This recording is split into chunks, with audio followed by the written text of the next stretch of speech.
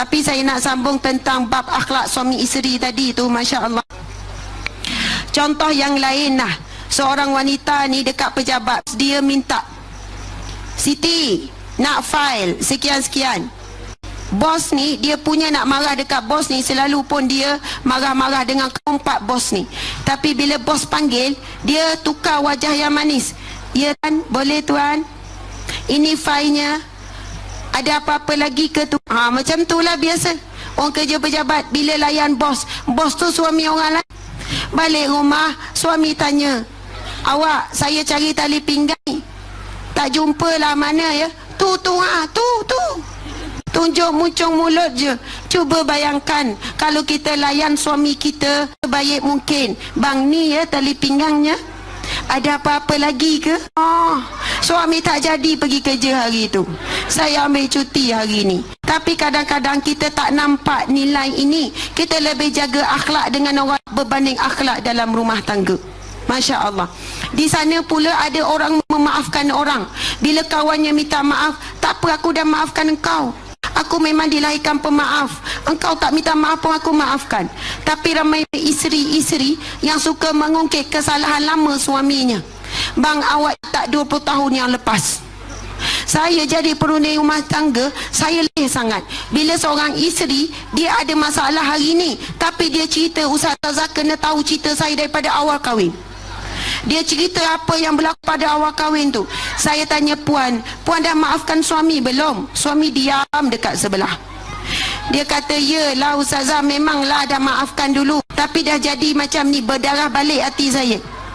Saya kata, kalau puan sesa mengungkit perkara yang lama, walaupun benda tu dah settle, dah minta maaf, puan umpama bukan berjalan ke depan, tapi mengundur ke belakang, puan tak akan bahagia. Sebab itulah kita, subhanallah, kadang-kadang kita mudah maaf dengan orang luar, tapi kita tak jadi pemaaf dengan pasangan kita, sama suami ataupun isteri. Orang lelaki pula, kalau kita tengok, dia ada satu akhlak yang mulia dia. Bukan nak menangkan orang lelaki ni ya. Dia pemurah. Dia suka belanja kawan-kawan. Makan. Saya je hari ni, rezeki daripada Allah. Balik rumah, dia ajak, bang, jom makan luar bang hari ni. Tak payah nak membazir lah, membazir syaitan.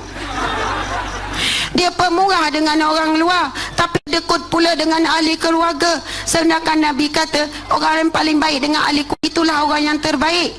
Sebab itu, sebelum kita pemurah dengan orang lain, kita perlu pemurah dulu dengan ahli keluarga kita. Masya Allah, subhanallah.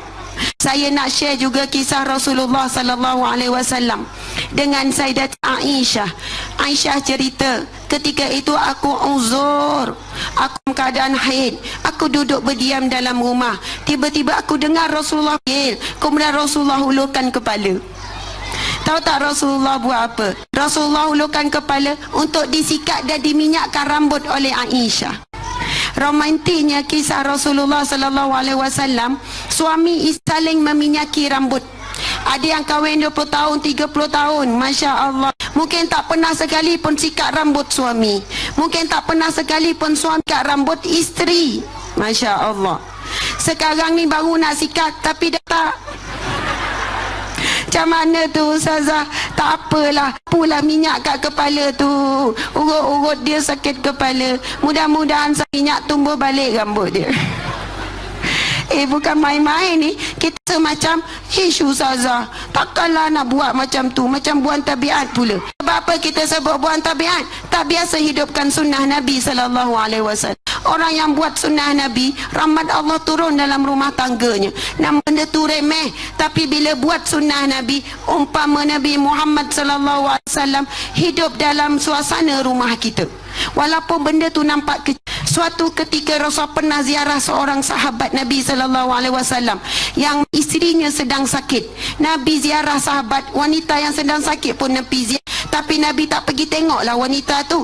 Nabi bercakap dengan suaminya.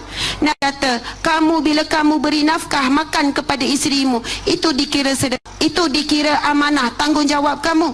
Tetapi apabila kamu menyuapkan kamu kulit isterimu, itu dikira sedekah. Masya Allah. Kadang-kadang kita rasa segan, rasa malu nak suap dekat suami. Buat kat rumah lah, bukan ayat ramai.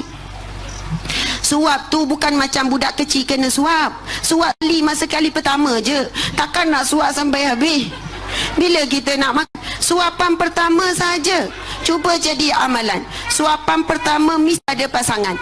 Walaupun geram macam mana pun, jangan letak tulang dalam tu. Tiba-tiba tu geram tu kan, letak tulang. Lepas tu nampak letak cengkeh. Nampak kulit kayu mani, letak lagi. Geram macam mana pun sebab jadi amalan. Merajuk macam mana pun tetap juga disuap. Tersentuhlah tu subhanallah, mengalir rahmat Allah. Yang rasa nak marah, terlerai kemarahan. Yang geram dendam tu, terlerai dendam. Supaya dalam rumah tangga kita ni banyak nak mengganggu kita, betul nafsu kita. Seterusnya adalah jin, syaitan, iblis dan sebagainya. Kemenangan paling besar bagi jin dan syaitan ialah apabila boleh merosakkan sebuah rumah tangga. Masya Allah. Sebab itu bila kita hidupkan sunnah Nabi dalam rumah tangga kita, keluar penyakit, jin dan syaitan iblis keluar. Kalaupun ada sihir, mungkin ada binatang-binatang berbisa dan sebagainya, asbab kita hidupkan sunnah Nabi, turunnya malaikat Allah Subhanahu wa taala. Antara kisah-kisah Nabi SAW, kalau nak cerita kisah sangat banyak, tapi saya tak nak teruskanlah dengan kisah Nabi. Saya nak sebut tentang satu perkara. Ni masa dah habis ke? Dah kan? Kena dah ni 9.40 dah ni.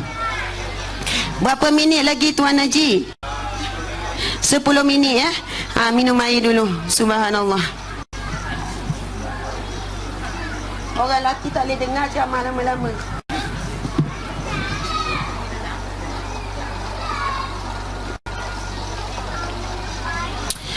Subhanallah, sempena mulai diurul.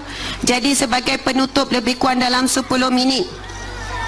Kita kata cintakan Rasulullah sallallahu alaihi wasallam.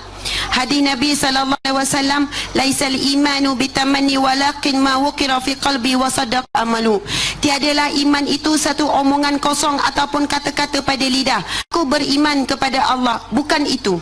Bukan sekadar menyebut aku beriman, bukan sekadar kita sebut aku cintakan Rasulullah, aku rindukan Rasulullah, tidak. Walakin ma waqira fi qalbi, tetapi apa yang diikrarkan di dalam hati, sadaqahu amaluhu, dan dibuktikan dengan perbuatan.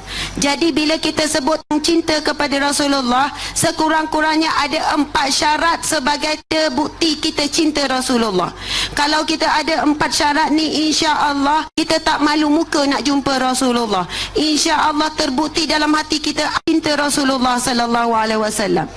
Contoh ibu-ibu, ayah-ayah sekalian, Tuan Haji ni kan, ingat tak masa bercinta dulu? Dulu masa sebelum nikah bercinta tak? Ke sedar-sedar nikah ya? Sedar-sedar ada suami? Masya Allah. Biasanya orang bercinta dia ada 4 ciri. Yang pertama, dia akan selalu ingat orang yang dicintainya. Sebab apa? Itu tempatnya di hati. Hati adalah raja. Apabila raja dah jatuh cinta, maka seluruh anggota badan lain pun akan sama menuruti kehendak hati tersebut. Allahu Akbar. Okey, ciri yang pertama mesti ingat. Contoh Mamat dengan Timah. Contohlah, tak baik sebenarnya kan. Mak tegur, kenapa guna nama Timah? Itu kan nama anak Nabi, Fatimah. Mamat pula soalannya daripada Muhammad, lepas tu dipanggil Mamat. Okey, nak contoh nama lain. Nama apa? Terpulanglah. Si A, Abu dengan Ali, Abu dengan Siti. Apa-apalah. Ini contoh saja, bukan maksudnya kan. Abu dengan Siti bercinta. Sudah tentu ciri-ciri orang yang cinta selalu ingat-ingat. Sampai setiap degupan jantung, Siti, Siti, Siti. Macam tu lah umpamanya. Berdebar-debar je, teringat je pada Siti. Lepas ingat-ingat, selalu disebut-sebut. Selalu disebut-sebut, selalu dicerita-cerita. Sebab apa? Dah pergi ke lidah. Mula hati je, lidah pula selalu sebut-sebut. Kemudian akan pergi kepada yang ketiga, iaitu akan lahir ketaatan. Dah bercinta, kemudian Siti kata, Bang, saya suka makan burger. Sama lah, dia pun suka burger. Padahal Abu sebelum tu tak suka makan burger. Tiba akan lahir keserasian, akan lahir ketaatan. Kita jumpa pukul 12 ya. Pukul 12 malam dia dah ready, dah nak pakai baju apa. Maksudnya automatik cinta. Kemudian yang keempat, tingkatan paling tinggi, akan sanggup berkorban apa sahaja. Siti cakap dekat Abu, Bang Abu, Siti banyak masalah. Bang Abu pun jawab, Siti jangan bimbang, Bang Abu ini memang dilahirkan untuk segala masalah Siti. Sanggup ada pengorbanan. Saya nak tanya, 4 ciri ini ada tak dalam kisah cinta kita dengan Rasulullah SAW? Yang pertama, dalam hidup kita pagi sampai petang, berapa lama kita ingat Nabi Muhammad SAW? Kadang start buka mata sampai tidur balik langsung tak ingat Nabi. Bahkan dalam rumah kita tak ada langsung buku berkenaan dengan Nabi SAW. Pandai Ustazah nak jual buku benarnya.